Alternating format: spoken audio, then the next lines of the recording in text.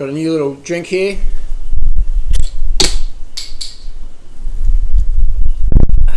Cranberry. A little cranberry juice. Birch leaf infusion, wild mountain cranberry. Not too bad. Probably wouldn't buy it again though. But it's alright to try it out. Question of the day. Harley, Duran rider, why do so many people fail on the health and fitness lifestyle? People say, oh, so, you know, how do you change? No, like anything that benefits your health and fitness is going to be met with severe resistance. That's just how it is. So I'm putting this chain on. It's going to be met with severe resistance. Because, like if you have a bike problem, you don't get taught in school how to fix bikes. You have to learn it, or you have to pay someone else to do it. We don't live in a society where people are taught the things that really are worthwhile. We live in a society where people get really good at things that are really dumb, really fucking pointless. You know, like designing stilettos or something like that. You don't get taught how to maintain your bike. You got to learn that. You do not get taught how to eat healthy. You get taught to eat a cancer diet or a heart disease diet. Balanced diet, you know, bit of meat, a little bit of 2 fruit and veg a day. That's all you need. Bit of meat, bit of protein, blah blah blah. You know, you get taught bullshit. So when you go against that, you are met with incredible resistance. And that's what the system wants. They want that. They want it impossible for you to succeed. And it almost is. I see almost a 100% failure rate on the health and fitness lifestyle. Doesn't matter about 80-10-10 or raw or vegan or whatever. Just in general, eating healthy and being fit is fucking really hard in today's society. I find it easy because I've got a pretty big ego. Actually, I've got a fucking massive ego. And I don't really care what people think as much. I sort of like the attention. But I understand that a lot of people don't like that. They don't like the social disapproval that comes in spades when you go on health and fitness voyage, on your health and fitness journey. Example is, I did a race today. I did a duathlon race. So it's like 8k run, 33k ride, 4k run. I got fifth overall in the state. It was like a state championship round. So all the best triathletes and that were there today. I got fifth in the duathlon race, in the long course. So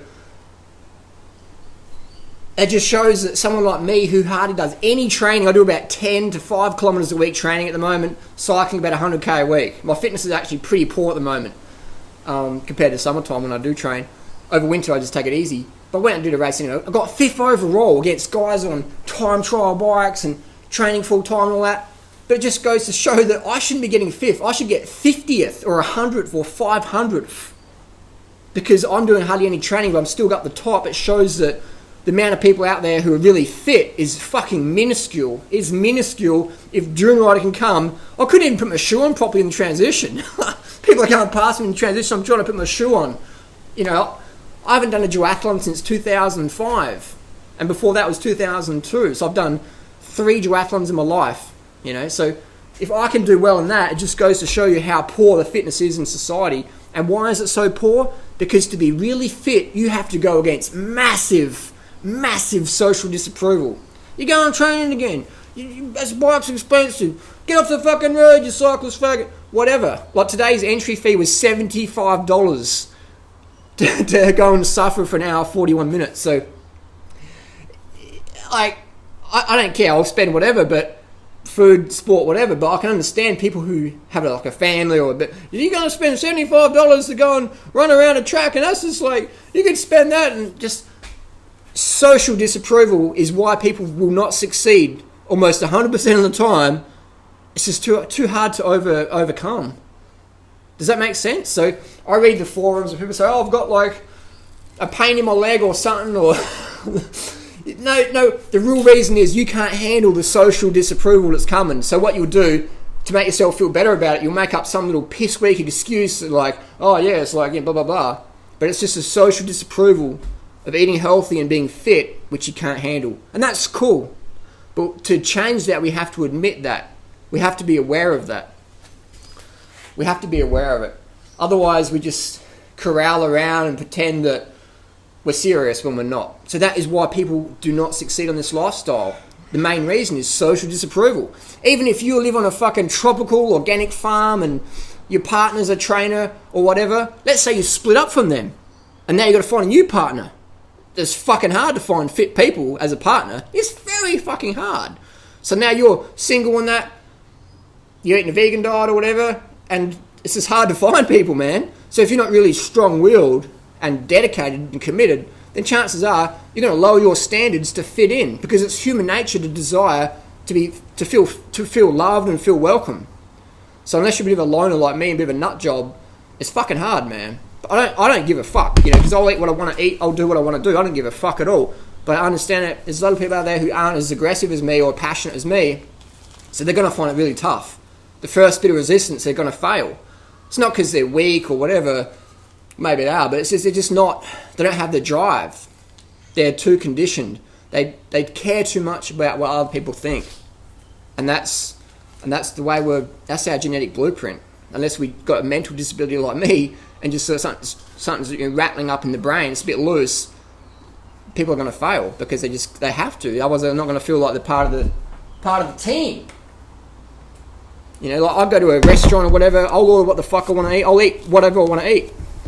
But there's not many people out there who'll do that because everyone's just caught up in impressing other people that they don't really care about. It's, and that's why people are so, like, an example is that Alex Jamison person, whatever, the guy that was married to the Super Size Me dude, and she was vegan for a long time, then they split up. Now she's on the single market and she gets a new partner, and then she makes up some excuses like, oh, vegan diet, eating disorder. No. The reality is she lost the dedication that she used to have. The standards dropped, and she just wanted to fit in. She wanted to feel loved. She found a new guy, and she just wanted to be in that relationship with them. So that's what people do, but they'll tell you some bullshitted reason or bullshit excuse to justify their complacency or to fulfill that need of being welcomed and loved and stuff like that. So my tip is you got to love yourself. You got to love yourself and don't care what people think. You got to do what you want to do and understand it. But it is hard, man. It is fucking hard. It's to be fit. People say, "Where's the long-term fruitarians?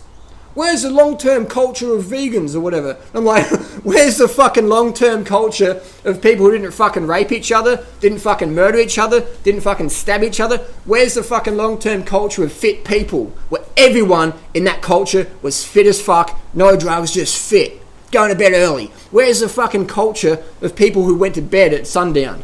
Where's the culture of people who didn't do any drugs? Where's the culture of people who didn't do any violence? The culture where you could let your kid be looked after by someone else, and they wouldn't be getting raped and molested and shit. Where's that culture?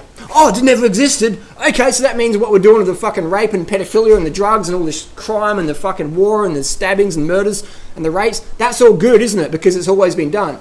Bullshit. Where is those fit cultures? Why? Because it's fucking hard to go against the mainstream negativity, and that's why you will never see it. It's just too hard.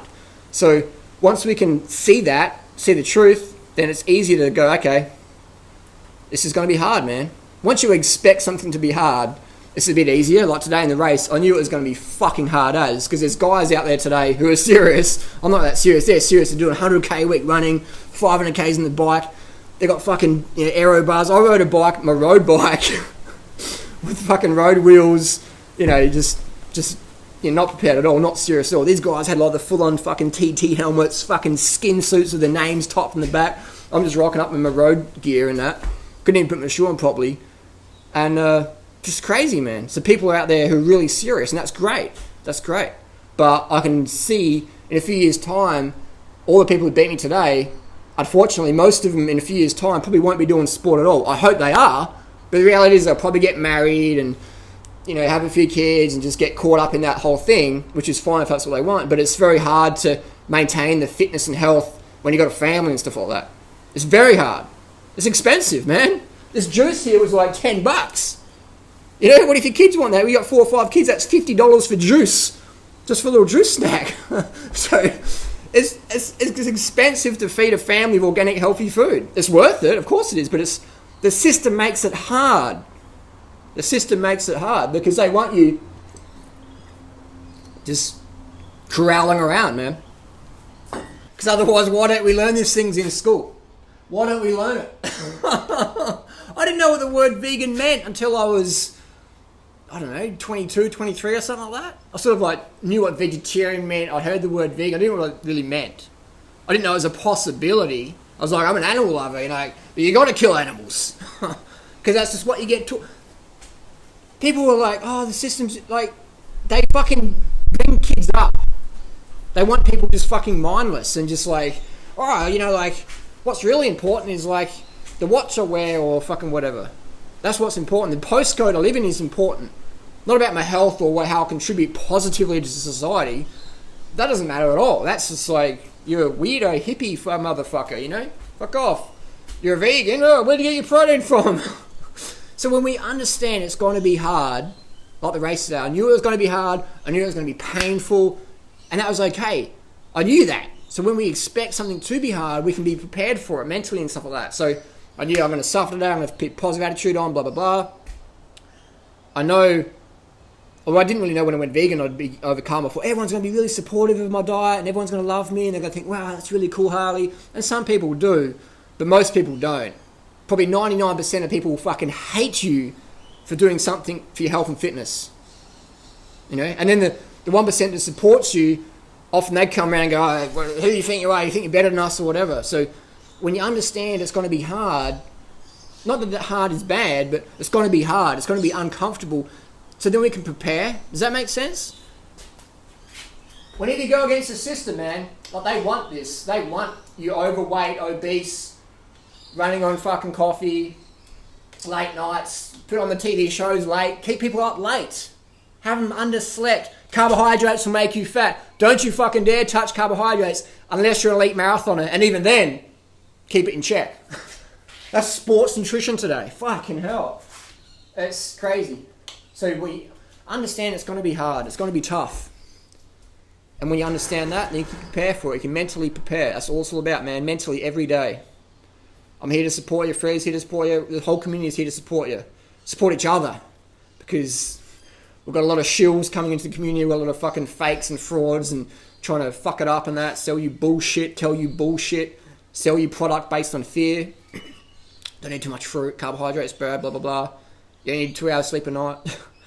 So it's going to be tough, man. And I don't mean to be negative or whatever, but I want to be realistic. I want to be realistic with people. So there you go. It's a little rant and ramble. Hope it made a bit of sense. Expect resistance and prepare for it. Prepare for it, because it's going to come for you. You already know what I'm talking about. Even your own voice you'll make some bullshit up, Say, oh, I can't do this. This is too painful. Like today in the race, an analogy is that my legs are really burning and my heart's something in my chest. I'm like, you should just, I had a bug in my eye and I'm seeing these guys are training. Like, I just said, bullshit, Harley. You're on the fucking bike. Enjoy it. This is good fresh air. Let's pump your lymphatic system. So I changed my mindset. So even, I knew it was going to be hard. I knew it was going to blah, blah, blah. Even still, your self-doubt is going to come in and just go, you fucking serious? It's going to give you some jabs and king hits to try and knock you off for whatever reason. So you got to be prepared for your own self is going to try and sabotage you sometimes. So be prepared. Again, it's that story, you got two wolves inside your mind, the Indian story. What I think it's like they got two wolves inside your head. And they're always battling each other. The positive wolf and the bad wolf. The negative wolf. And the little Indian junior says to the Indian elder, which wolf will win? And the elder says, whatever wolf you feed the most. So feed that positive wolf. Enough rambling from me. We'll see you soon. Feed it well.